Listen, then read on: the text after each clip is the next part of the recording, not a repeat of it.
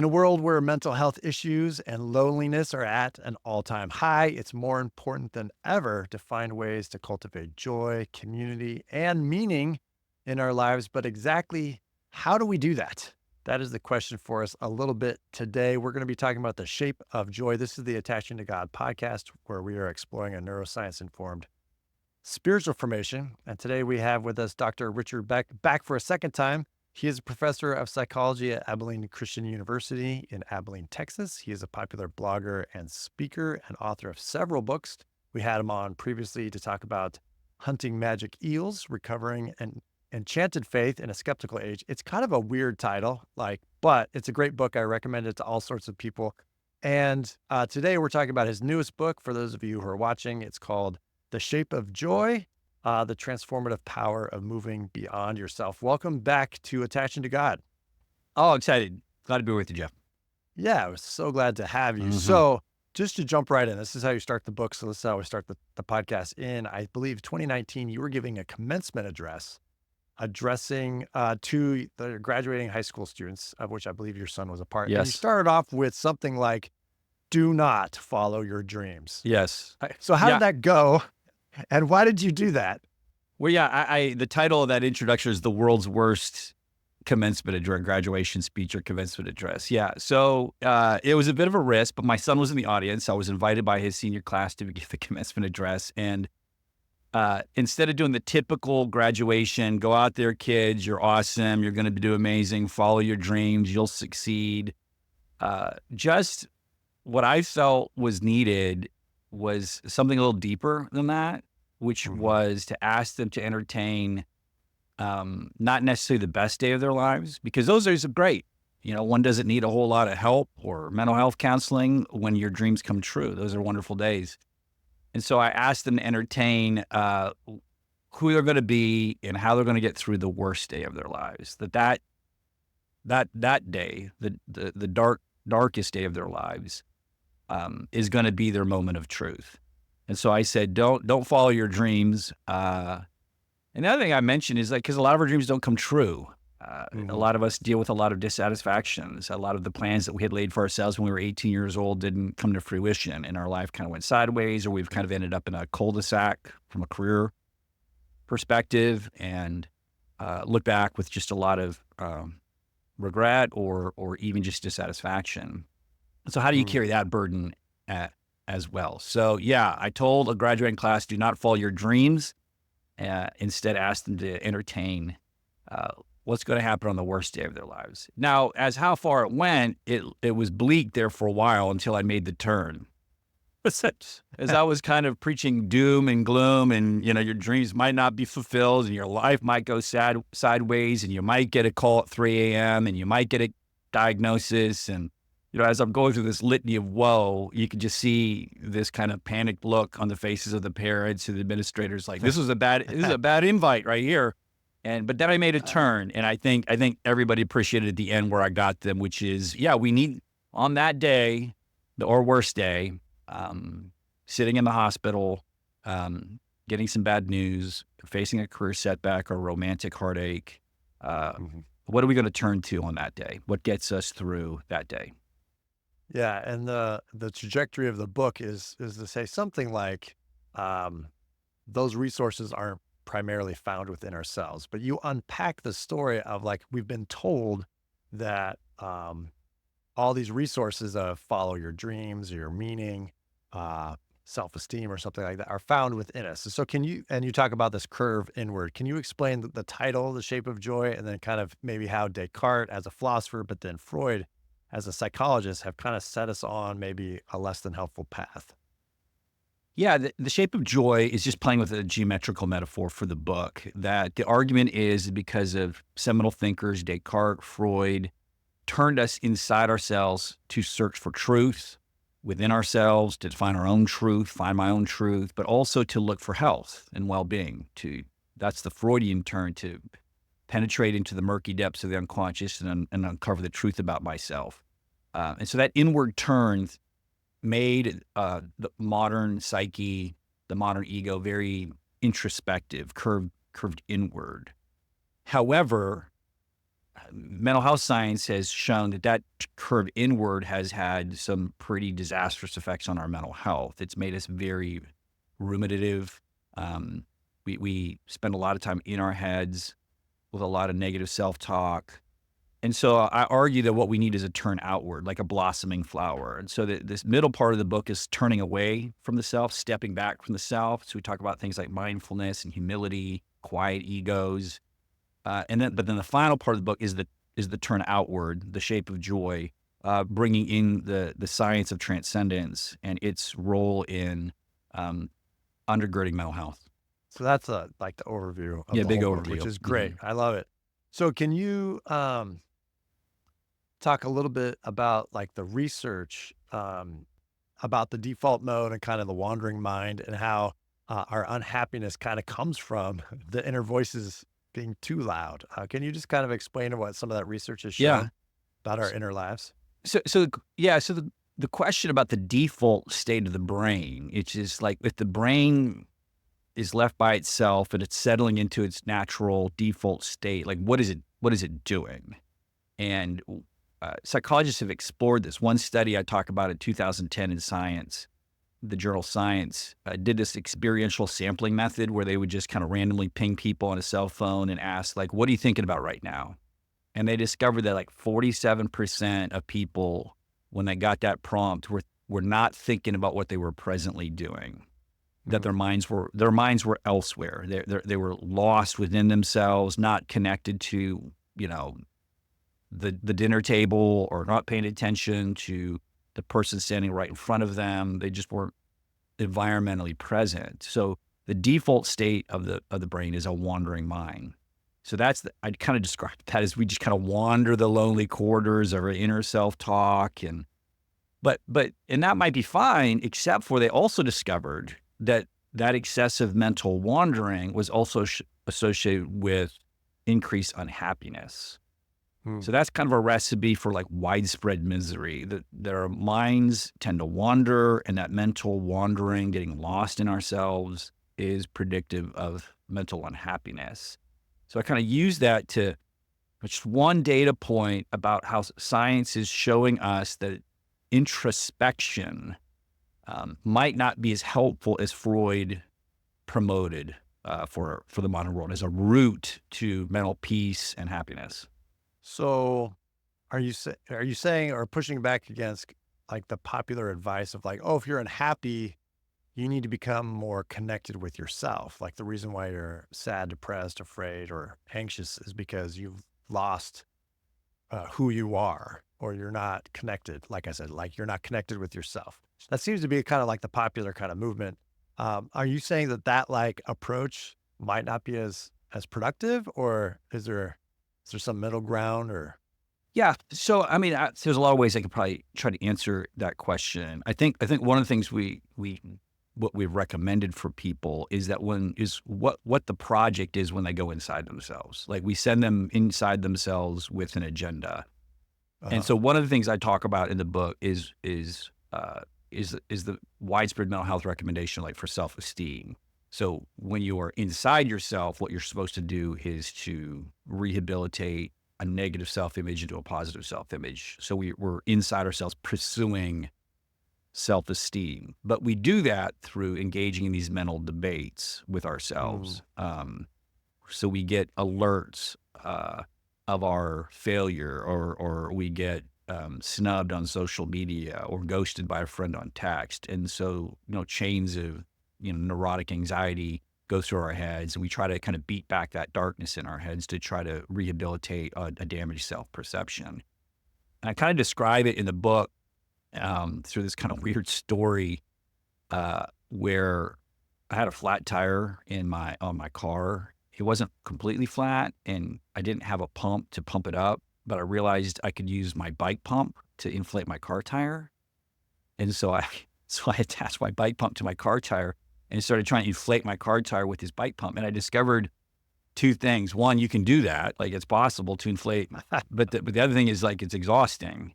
Uh-huh. And I use it as a metaphor that some psychologists have described as the weariness of the self, that to reinflate or rehabilitate our self images is this constant effort that we're engaging in. We're constantly trying to inflate this tire with a bike pump, and that's exhausting as a project. And so our minds are not resting in a place of peace, but they Mhm. are still excessively working and churning away at these recommendations to go inside ourselves and figure ourselves out and um, esteem ourselves. And so to me, it's the effort of that process isn't leading to an inner tranquility.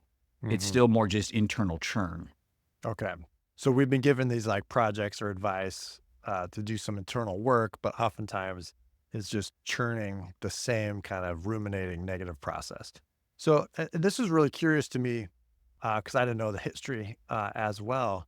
But you said that there's kind of been people have gotten dissatisfied with these approaches, even early kind of adaptations of kind of Freudian psychoanalysis. And so, can you talk about the shift into like cognitive behavioral therapy and kind of where that came from, as well as ACT and some of those shifts as far as digging in, Yeah. concerns about digging into the inner life?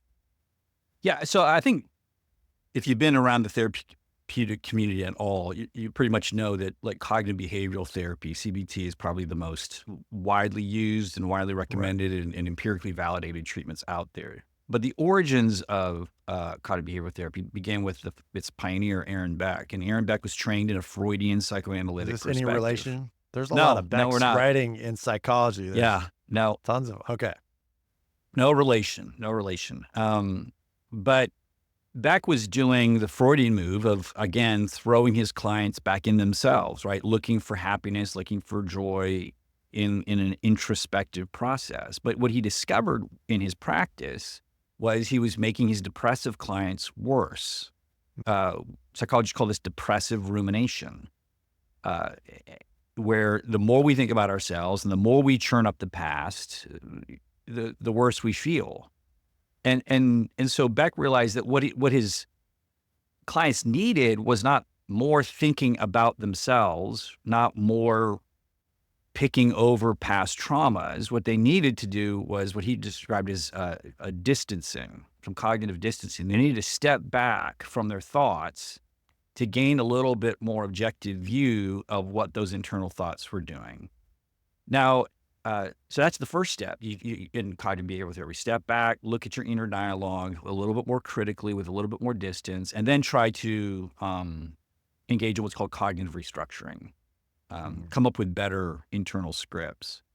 But now recently, a lot of people trained in CBT um, began wondering if that distancing needed to be even more comprehensive. And so this is the advent of the acceptance, commitment-based therapies that grew out of CBT. And the acceptance-based practitioners, borrowing from Eastern practices of mindfulness, suggest that even asking clients to engage in restructuring is asking them to what I describe as kind of re-grab the flypaper, Mhm. that they're back into debating their own thoughts and trying to re-engineer their own self-talk. That well, what we need to do is that when those mental scripts pop up from the past, self-recriminations, negativity, that we don't need to like change those or debate them. We just let them go, right? We recognize that's a thought, but don't engage, and so it's more a practice of comprehensive self-distancing. Um, and so that's the newest wave. You're seeing a lot of energy and studies about the effectiveness of these more mindfulness-based practices in replacing what the older cognitive restructuring. But what they're both illustrating in my book is that the first step toward mental health is not engaging with the negative thoughts and being thrown back into your own mind, but starting to turn away, step back, to reconnect with reality and getting out of your own head. Yeah. So that'd be kind of like part of the beginning of the movement away from turning inwards to doing something else. And Right. part of that process, I think spiritual traditions have used language, which sometimes can get a bad rap. So we could unpack that, Uh-huh. but I've used language of humility to kind Yeah. of like talk about that. So can you cover quite a bit the research connecting humility and happiness. Could you kind of unpack that a little bit? Yeah. In the middle part of the book, when I'm talking about this stepping back or stepping away from the self, I devote a chapter to the science on humility. And what's interesting, that might be a surprise for a lot of people, that if you grew up in conservative Christian uh, context, that humility has this self-critical aspect to it. It's a form of like self-mortification, Right. thinking less of yourself. So if I'm getting prideful or if I have a success, I gotta engage in a series of negative self-appraisals. Don't and this affects like parenting practices.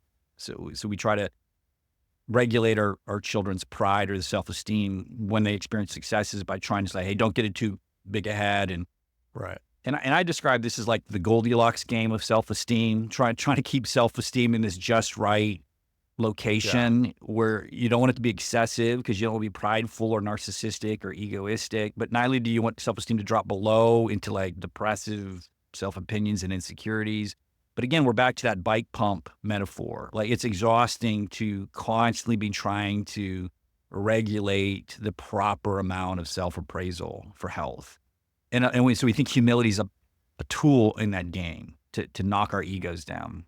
Right. But the research on humility is actually pointing towards not self-evaluation, but it's pointing to self-forgetfulness. And psychologists call this a hypoegoic state. You're just not thinking about yourself.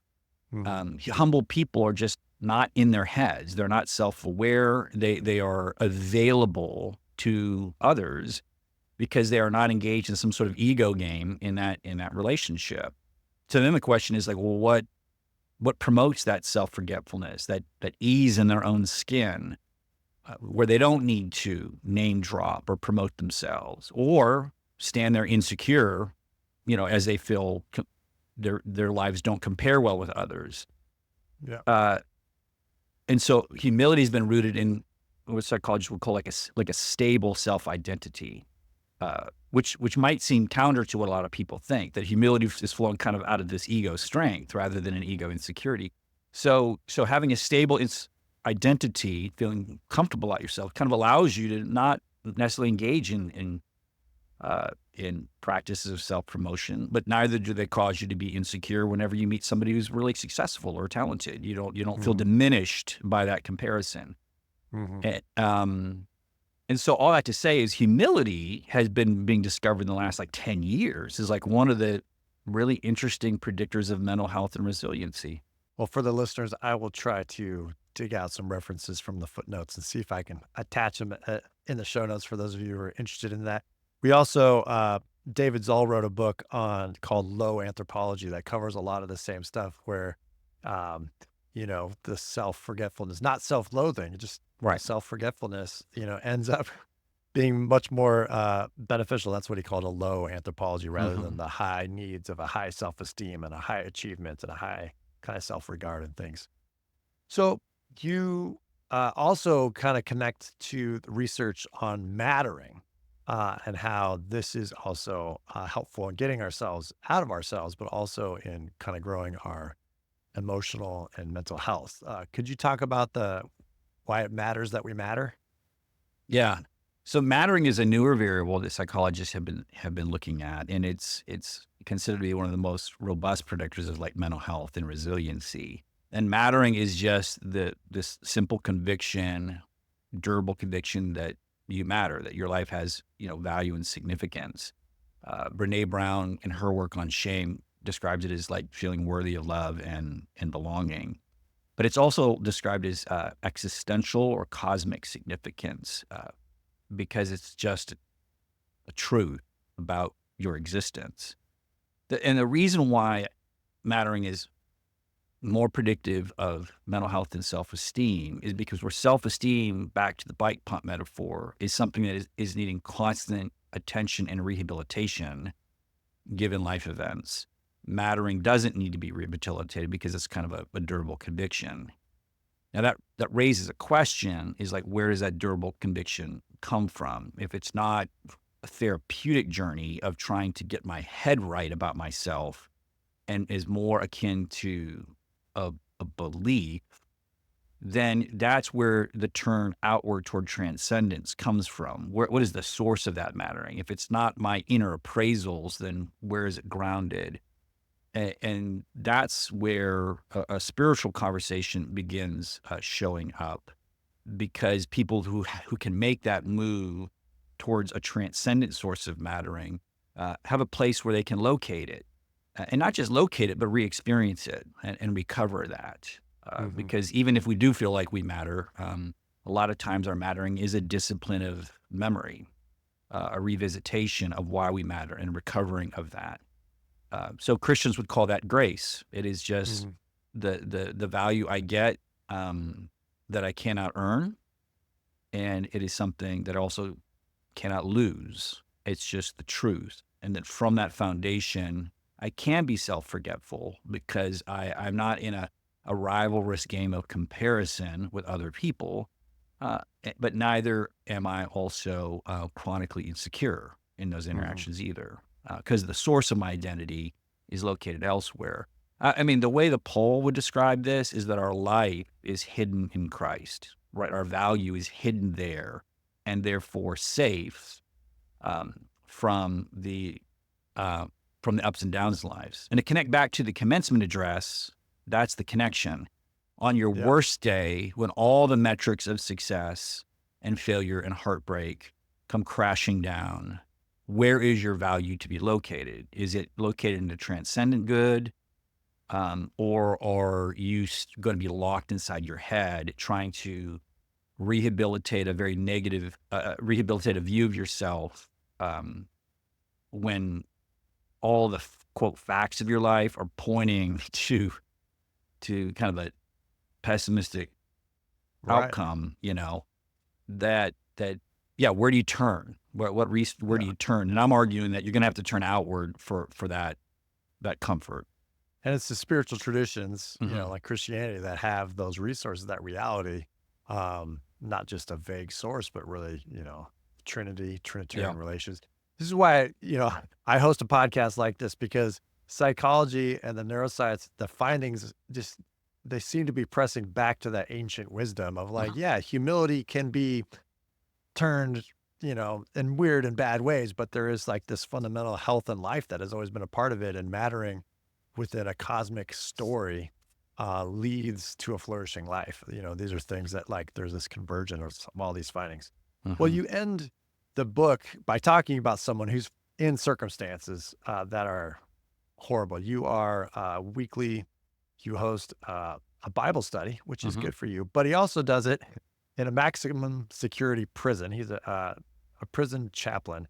And you end kind of, it's not the very end of the book, but near the end of the book, you talk about Mr. Kenneth Hmm. as one of these cellmates that is kind of living in a different place. Could you kind of unpack kind of his situation and how he's this example of, living in a Yeah. transcendent source of joy?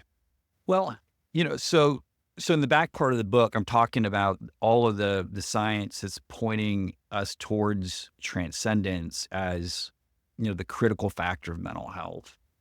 Um, I talk about the science on gratitude, the science on meaning in life, the science of wonder and awe. But then the science of joy is also another example of this transcendent move. And so, I think a lot of us who grew up in Sunday school classes have heard pastors talk about the contrast between happiness and joy. And that contrast has always been that happiness is a reflection of life events. Things happen and I feel happy. But then joy being this something more durable, something that Mhm. is present even in very grim circumstances. And what's interesting about that is that psychologists of joy have kind of recovered that debate. Something I learned in Sunday school is now in literature reviews in high level Oh, scientific good. So studies. Yeah. science has proven it Yeah, that the youth pastor was not totally out to lunch. exactly. Because there are some scientists that define joy as a positive emotional state. And that's Uh, true, right? Like if I get some good news, I feel joyful. I feel happy. But other scientists argue that that's true. There is a joy, a bliss, a happiness in positive emotional reactions. And that's what emotions are. As psychologists define them, they are affective responses to events. Something happens, I feel angry, I experience a loss, I feel sad. Something good happens, I feel joy. But other psychologists, like you said, going back to those wisdom traditions, are arguing that, yeah, but joy seems to also have this transcendent aspect. It doesn't go up and down. It doesn't come and go. What's that about?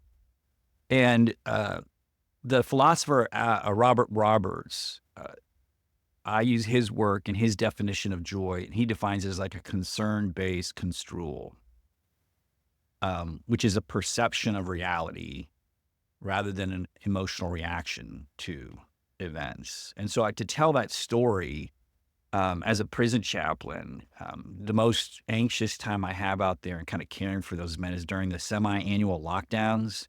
Texas prisons are like very hot during the summer, and then twice a year they lock the units down for like these security checks. It's like can be up to 3 to 4 weeks, and these guys are confined to their cell 24/7 with another cellmate. It's a very uncomfortable and unpleasant experience. And so when I finally get to go back out there and programming resumes, I just ask the normal question like, "How are you doing? How'd you survive? How was it?" And the answers are pretty predictable. It was awful. I was going crazy. I was my roommate and I just struggling to get along with each other. But the story I tell is one year being interrupted by Mr. Kenneth. He's an older African-American gentleman, been part of the study for years. He walks in and said, "Mr. Kenneth, like, how was your lockdown?" And he says, "Oh, I love my lockdown." He's beaming, happy. And I was like, that's surprising. Like, how is something so miserable, bringing you this kind of joy? And he says, "I love my lockdown because, it's my quiet time with Jesus. Like for 3 weeks, I'm not interrupted. I don't have to go anywhere. I don't have any knuckleheads bothering me. It's just me and Jesus for 3 weeks."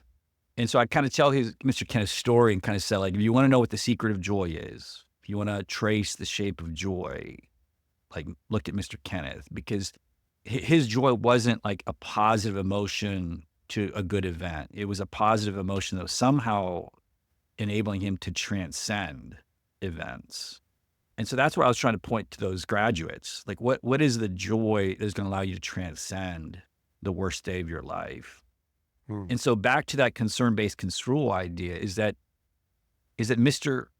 Kenneth wasn't having an emotional reaction to an event. He was perceiving, construing his life differently. And the way I describe it in the book is that you get there from a practical perspective by telling a bigger story. The story he was telling about himself, the story he was inhabiting, gave him perspectives upon his life circumstances that created these emotional capacities for resiliency and even bliss on really bad days. And so that's kind of the secret there is like, can we tell a story that's big enough, that's located in transcendent goods that stabilize our emotional lives and our identities through the ups and downs of life. Well, that reminds me of what Paul writes in Hebrews 4. It says, 4, verse 4, "Rejoice in the Lord always." Again, I say it, rejoice. And then he continues, "Let your gentleness be evident to all. The Lord is near." And we don't want to forget that he wrote that letter while in prison, right? Yeah. So he and Mr. Kenneth, like, they're finding some other resource that allows them to be at peace. Verse 7 continues, "And the peace of Christ, which transcends all understandings, will guard your heart and minds in Christ." So, yeah. Well, I thoroughly, I told you this before we started recording. I love this book. I loved your other book too. So thank you for taking some time. Where can people find you? Keep track of the stuff you're doing. You're a busy guy. Yeah, I there's 2 places. I host my original blog still on Blogger, Experimental Theology, but it's also on Substack. So if you look for me on Substack, Experimental Theology with Richard Beck, you can get, I write Monday through Friday every day, for free, so no All cost or right. anything.